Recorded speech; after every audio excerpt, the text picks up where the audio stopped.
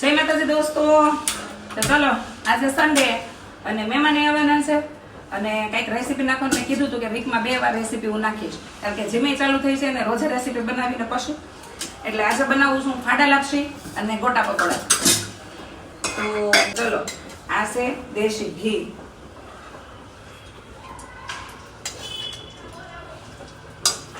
દેશી ઘી છે, આ છે ઘઉંના ફાડા, ડ્રાય ફ્રૂટ અને જાવિત્રીના 2 ફૂલ છે અને તજના ટુકડા છે. અયા તજ નાખ ને એ આખા નાખજો, ભૂકો કરીને નહીં નાખતી. કા ભૂકો કરીને નો મજા આવે. તમને કે મસાલા નો ભાવે? કા ઓલા છોકરાને એલસી નો ભાવે, તમને તજ નો ભાવે? મસાલા બહુ ભાવે, 135 ના હોય ને તો બહુ ભાવે. એક માણસ થાવ ને તો એક કામ કરો, તમે માવો ખાવ ને અમે લાપસી ખાવ. તો ઘી ગરમ થઈ ગયું છે ને એમાં 2 તજના ટુકડા અને જાવિત્રીના 2 ફૂલ નાખી અને આ ફાડા લાપસી અંદર નાખીને એને શેકવાની છે 5 મિનિટ જેટલી. બહુ ઘી નાખવા નથી કારણ કે લાપસીની અંદર આ દૂધ નાખવાનું છે તો દૂધની અંદરથી માવાની કણી છૂટી પડશે અને એમાંથી પણ ઘી અલગ પડશે એટલે શેકવા પૂરતું ઘી નાખવાનું છે લાપસીમાં. તો લાઈટ ગોલ્ડન કલરના ફાડા થઈ ગયા છે.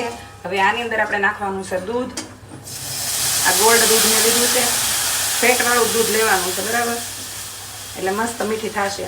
જો ઘરમાં મલાઈ પડી હોય તો થોડીક મલાઈ પણ તમે નાખી શકો. હું એની અંદર 1 ચમચી જેટલી મલાઈ નાખવાની છું. ઉપરનું એક પડ છે ને ઈ નાખી દઉં. ચમચી લેવા દે બકા.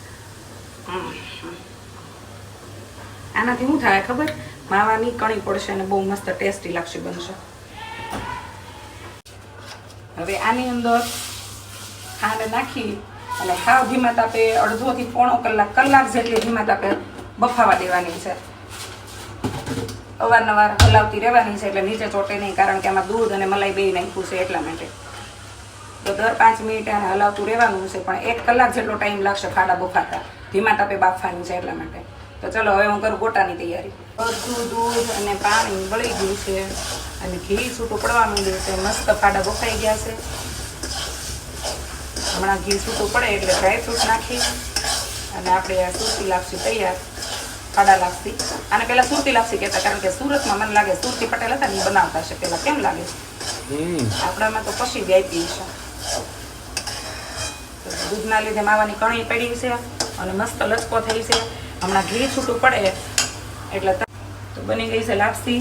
હવે એમાં બધા ડ્રાયફ્રૂટ નાખી અને એને મિક્સ કરી દઉં છું.